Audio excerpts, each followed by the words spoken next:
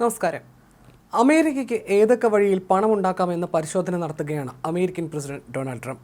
Ukraine Russia യുദ്ധം തീർക്കുന്നതിലടക്കം ട്രംപിന്റെ കണ്ണ് അമേരിക്കയ്ക്ക് എങ്ങനെ പണമുണ്ടാക്കാം എന്നതിനെ ആശ്രയിച്ചാണ്. ചുരുക്കി പറഞ്ഞാൽ കമിഴ്ന്നു വീണാൽ കാൽപ്പണം ലൈനിലാണ് ട്രംപ് മുന്നോട്ട് പോകുന്നത്. ഒരു വശത്ത് ദരിദ്ര കുടിയേറ്റക്കാരെ നാടുകടത്തുന്ന ട്രംപ് മറുവശത്ത് അതിസമ്പന്നരെ അമേരിക്കയിലേക്ക് സ്വാഗതം ചെയ്യുകയാണ്. ഇതിനായി അമേരിക്കൻ പൗരത്വത്തിന് പുതിയ രീതി കൊണ്ടുവരികയാണ് ട്രംപ്. അതിസമ്പന്നരായ വിദേശികൾക്ക് അമേരിക്കൻ പൗരത്വം അനായാസം ലഭിക്കാൻ അവസരമൊരുക്കുന്ന പദ്ധതിയാണ് അണിയറയിൽ ഒരുങ്ങുന്നത്. 5 മില്യൺ അമേരിക്കൻ ഡോളർ, അതായത് 43.5 കോടി ഇന്ത്യൻ രൂപ ചെലവഴിച്ചാൽ പൗരത്വത്തിലേക്ക് വഴി തുറക്കുന്ന ഗോൾഡ് കാർഡ് പദ്ധതിയാണ് ട്രംപ് നടപ്പാക്കാനൊരുങ്ങുന്നത്. 50 ലക്ഷം US$ നിക്ഷേപത്തിന് പകരമായി സമ്പന്നർക്ക് ഗോൾഡൻ കാർഡുകൾ വിൽക്കാനാണ് ട്രംപിന്റെ പദ്ധതി. 10 ലക്ഷത്തിലധികം ഗോൾഡൻ കാർഡുകൾ വിറ്റുപോകുമെന്നാണ് ട്രംപിന്റെ പക്ഷം. 50 ലക്ഷം US$നായി നിക്ഷേപിക്കുകയാണെങ്കിൽ നിലവിലുള്ള ഗ്രീൻ കാർഡിന് സമാനമായ പൗരാവകാശങ്ങളാണ് വിദേശികൾക്ക് ട്രംപ് നൽകുക. നിക്ഷേപത്തിന് പകരം പൗരത്വം എന്ന നിലയ്ക്കാണ് ഗോൾഡൻ കാർഡുകൾ അനുവദിക്കുന്നത്. 43 കോടി ഇന്ത്യൻ രൂപയ്ക്ക് തുല്യമാണ് 50 ലക്ഷം US$. അടുത്ത 2 ആഴ്ചയ്ക്കുള്ളിൽ ദശലക്ഷക്കണക്കിന് ഗോൾഡൻ കാർഡുകൾ അനുവദിച്ചു തുടങ്ങുമെന്നാണ് ട്രംപ് ചൊവ്വാഴ്ച അറിയിച്ചത്.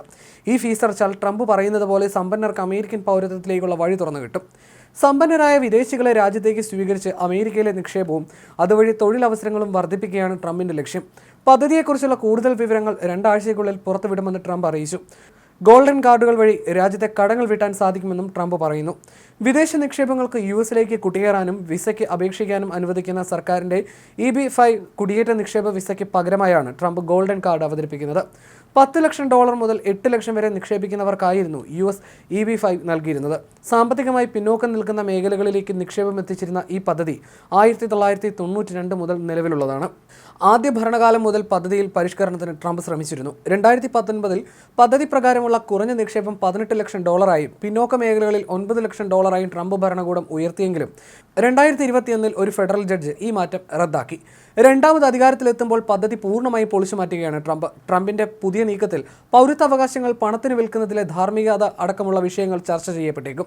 കാർഡുള്ളവർക്ക് ഗ്രീൻ കാർഡിന്റെ ആനുകൂല്യങ്ങൾ ലഭിക്കും. തുടർന്ന് അവർക്ക് പൗരത്വത്തിലേക്കുള്ള വഴി തെളിയും. അതിസമ്പന്നർക്ക് ആ കാർഡ് വാങ്ങുന്നതിലൂടെ നമ്മുടെ രാജ്യത്തേക്ക് വരാൻ കഴിയുമെന്നും ട്രംപ് പറഞ്ഞു.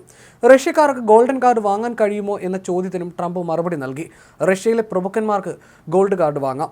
ഇത്തരം പ്രഭുക്കന്മാർ വളരെ നല്ല വ്യക്തികളാണെന്നും ട്രംപ് മാധ്യമങ്ങളോട് പറഞ്ഞു. അതേസമയം നിവർത്തികെട്ട അമേരിക്കയെ മുന്നിൽ മുട്ടുമടക്കിയിരിക്കുകയാണ് Ukraine president Vladimir Zelensky.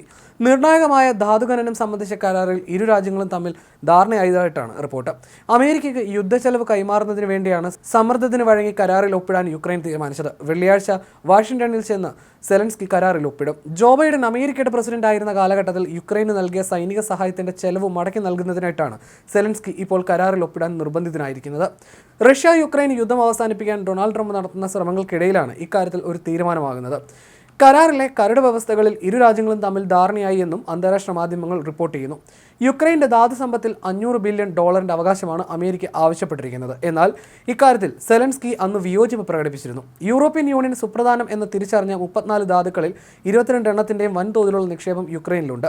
Electric വാഹനങ്ങളിലെ ബാറ്ററികളിലെയും ആണവ റിയാക്ടറുകളിലെയും പ്രധാന ഘടകമായ ഗ്രാഫൈറ്റിൻ്റെ കരുതൽ ശേഖരവും യുക്രൈനുണ്ട്. കരാറിൽ ഒപ്പിടുന്നതിനായി സെലൻസ്കി വെള്ളിയാഴ്ച അമേരിക്കയിലേക്ക് വരുന്ന കാര്യം ട്രംപ് തന്നെയാണ് മാധ്യമങ്ങളെ അറിയിച്ചത്. യുക്രൈനിലെ ഉന്നതതല വൃത്തങ്ങളും ഇക്കാര്യം സ്ഥിരീകരിച്ചിട്ടുണ്ട്. കരാറിന്റെ ഭാഗമായി യുക്രൈന് അമേരിക്ക നൽകുന്ന സൈനിക സഹായം തുടരുമെന്നാണ് അവരുടെ പ്രതീക്ഷയെങ്കിലും അതിന് സാധ്യത കുറവാണെന്നാണ് സൂചന.